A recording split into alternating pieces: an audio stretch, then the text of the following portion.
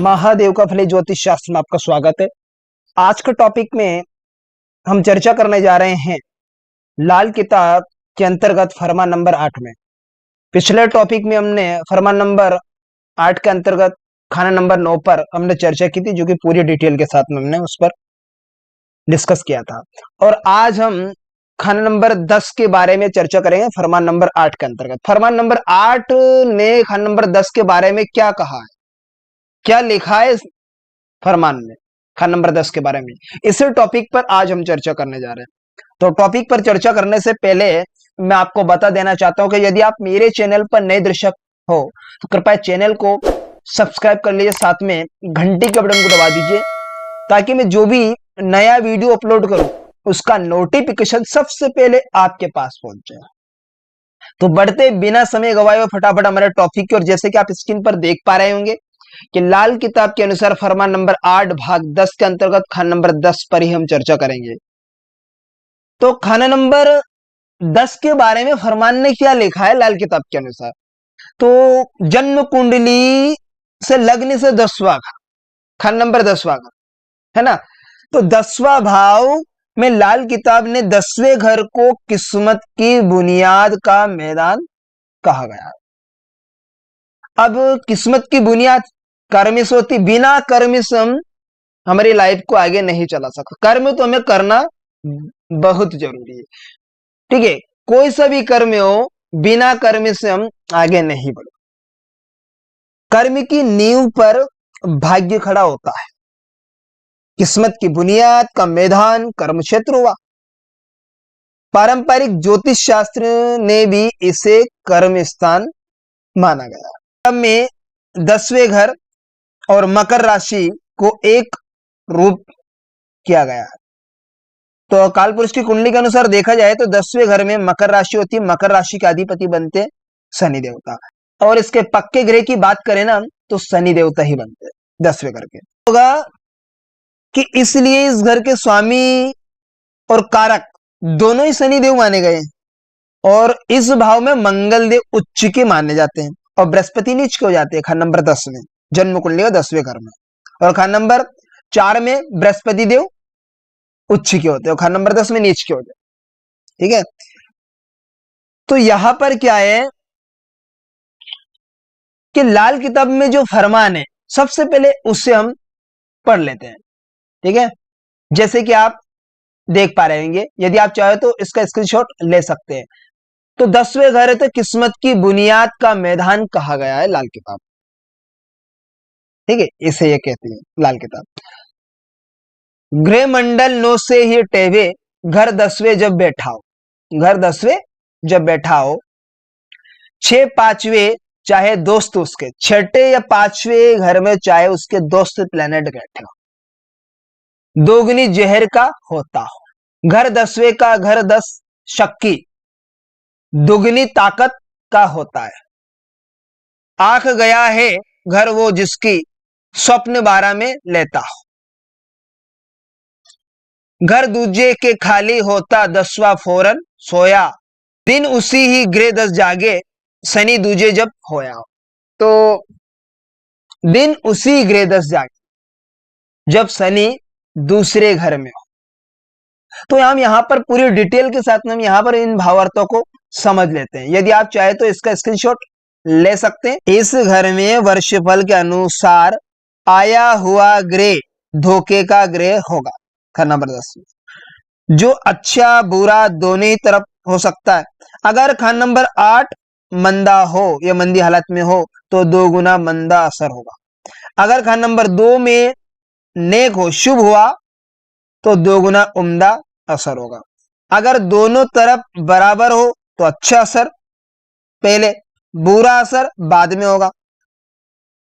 अगर खाना नंबर 8 2 दोनों ही खाली हो, ये दोनों भाव 8वां और 2वां घर, तो खाना नंबर 3 5 11 के ग्रह मददगार साबित होंगे। अगर वो भी खाली हो तो फैसला शनि की हालत पर होगा, जैसा जन्म कुंडली में शनि बैठा होगा उसी प्रकार से।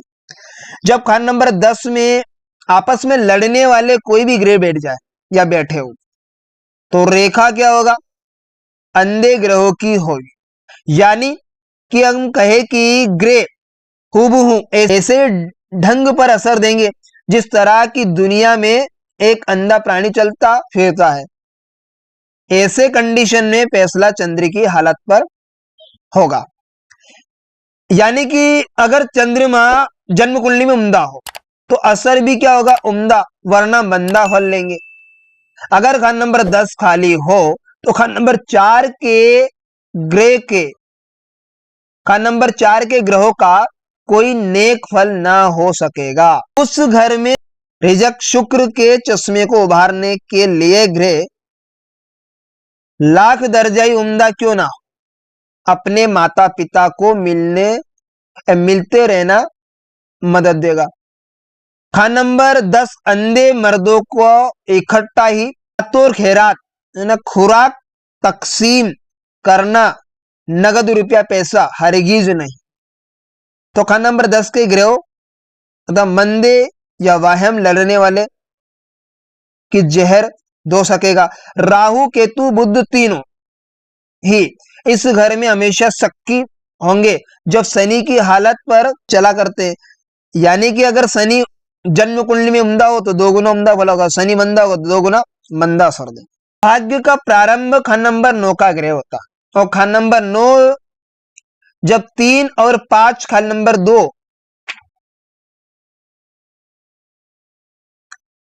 इस घर वर्ष फल के हिसाब आया ग्रह धोखे का ग्रह होगा जो अच्छा बुरा दोनों हो सकता है। अगर खान नंबर 8 मंदा हो तो 2 गुना मंदा, अगर खान नंबर 2 नेक हो तो 2 गुना नेक असर देगा, शुभ देगा। अगर दोनों तरफ बराबर अच्छा फल देंगे, असर पहले और बुरा असर बाद का होगा। यानी खान नंबर 8 2 दोनों ही भाव अगर खाली हो, 3 5 11वें घर में ग्रह सहायक होंगे, इनमें बैठे हुए ग्रह अगर वे भी खाली हो तो फैसला शनि के हाथ पर छोड़ दीजिए। इसलिए पुनः ये पॉइंट को समझा रहा हूं। जब खान नंबर 10 में आपस में लड़ने वाले कोई ग्रह बैठ जाए तो टेबे अंधे ग्रह का होगा जो जन्म कुंडली होगी। यानी कि वो ग्रह हुबहू वैसा ही असर देंगे जिस कदर की दुनिया में अंधा प्राणी चलता है। ऐसी हालत में फैसला चंद्र के हाथ पर छोड़ दीजिए, यानी चंद्र की हालत पर होगा। अगर खान नंबर 10 खाली हो तो खान नंबर 4 के ग्रहों में कोई नेक फल ना हो सकेगा, चाहे उस घर में रिजक के चश्मों को उबारने के लिए ग्रह लाख दर्जे उम्दा क्यों ना हो। 10वें घर पर चौथे घर में जो बैठे हुए ग्रह होंगे उनकी दृष्टि होती है 100% से लाल किताब की दृष्टि। लेकिन 10वें में बैठा ग्रह वो किसी घर को नहीं देखता है। जब कोई ग्रह वर्षफल जन्म कुंडली में गोचर वर्ष 10वें घर में ही आ जाए तो शक्की ग्रह बन जाता है। यह हमेशा याद रखना, उसकी जो शक्ति होगा ना वो दोगुनी बढ़ जाएगी। ग्रह मंगल 9 से ही टेवे घर 10वें जब बैठा हो, घर 10वें जब बैठा हो तो क्या होगा, 6 5वें चाहे दोस्त तो उसके दोगुनी जहर का होता है। यहां निश्चय एक रूप से नहीं कहा जा सकता है कि कोई ग्रह अच्छे या बुरे फल देगा या खराब करेगा, अनिष्ट करेगा वो जातक का, लेकिन इतना निश्चित कर लीजिएगा कि जो भी फल देगा वह दोगुना हो जाएगा, चाहे वो उम्दा हो या मंदा हो। शक का फल कैसा रहेगा इस बात का मात्र अनुमान ही किया जा सकता है। चंद्र शुभ स्थिति में हो तो उसका उत्तम फल मिलेगा, उत्तम दोगुना फल होगा ना। अगर दूसरा अगर खाली हो तो शक का ग्रह दोगुना शुभ फल देगा। 8वां अगर पीड़ित हो तो शक का ग्रह दोगुना अनिष्ट कर सकता है। 10वें घर में शत्रु ग्रह रहे तो आपस में लड़ते ही रहते हैं और इस स्थिति में भी फल का अनुमान चंद्र की कंडीशन से ही लगाया जा सकता है। चौथे घर में बैठे ग्रह 10वें घर को देखते हैं और 10वां घर खाली हो तो वे अशुभ फल देते हैं, और दूसरा घर खाली हो तो 10वें घर में बैठा ग्रह सो जाता है। यह हमेशा ध्यान रखना।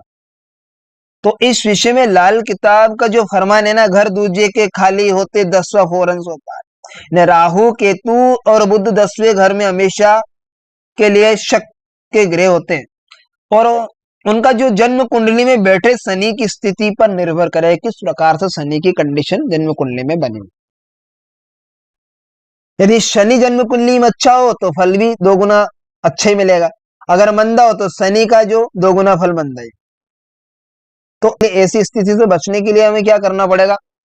अगर मान लीजिए 10वें घर में सूर्य देवता हो गए, तो 10 अंधों को भोजन खिलाए या 10 अंधों को भोजन सामग्री मुफ्त में दे। तो माता पिता का आदर करें, उनके साथ मिलकर रहें। तो ये इस प्रकार से खाना नंबर 10 के बारे में हमने चर्चा की, फरमान नंबर 8 के अंतर्गत। तो आशा करता हूं आज का टॉपिक आपको बेहद ही इंटरेस्टिंग समझ में आया होगा। तो तब तक के लिए आप मुझे दीजिए इजाजत। नमस्कार मित्रों।